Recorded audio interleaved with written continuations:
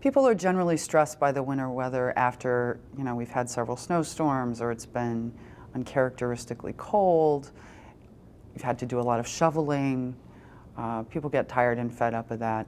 So you see some crankiness, you see some irritability, people who like to be outside and can't really be out doing, things on the water or in their yard because it's cold and snowy. It tends to make people a little cranky.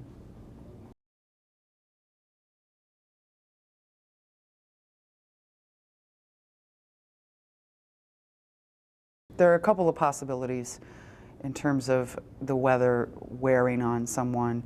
Someone could develop something called SAD, which is seasonal affective disorder, and that's when folks are not getting enough sunlight and enough vitamin D, and it makes it really hard to be motivated and want to get out of bed, and you're sort of tired and lethargic.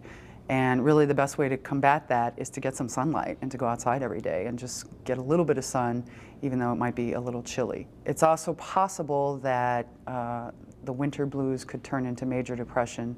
That's when you have a really hard time sleeping, or you can't sleep at all, you can't concentrate, you may overeat, you may not eat at all. It's just really hard to function.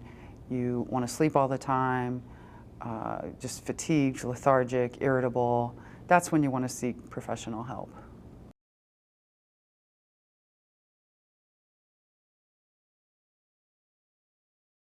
Well, I think the first thing I would say is that what we think affects how we feel, and how we feel affects how we behave. So if you're having some stinking thinking about the weather, you might want to change your thoughts. So instead of looking at the weather as a bummer, look at it as an adventure. Take advantage of any free time you get as a result of the weather. So if you're having a snow day, spend some time thinking about what you're grateful for. Instead of focusing on, oh, I'm cooped up in the house, oh, I have a nice house and I have a loving family and I'm warm and safe and my kids are healthy. Exercising is always helpful. When you can use exercise to cope with anything, so including bad weather.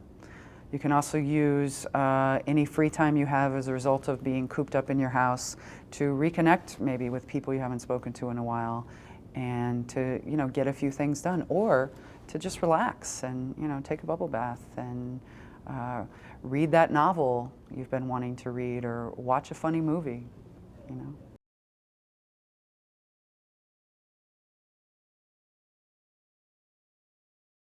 When kids have been cooped up for a couple of days in a row, they get cranky and irritable just like we do. So, we want to make sure that they're engaged and having activities and having fun and playing, and maybe not sitting in front of the TV so much, but exercising, moving their bodies, eating well, and trying to enjoy the free time they have.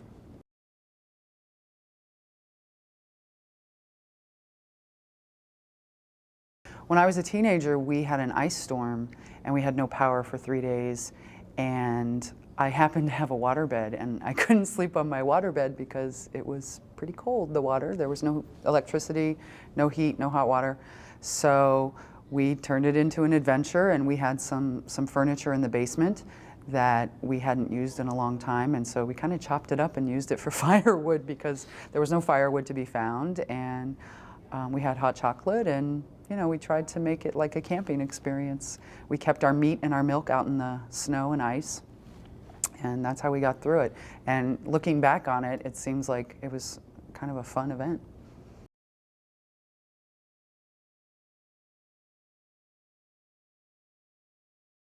Generally speaking, the more prepared you are, the less anxious you're going to be when something happens. So if you are ready for a big snowstorm, then you're going to cope much better once it happens. So if you have stockpiled some food and water in your house, if you have a disaster go kit with a crank radio and a crank flashlight, if you have those extra supplies, if you have made an emergency plan with your family members, then you're going to cope a lot better when something, serious like a blizzard does happen.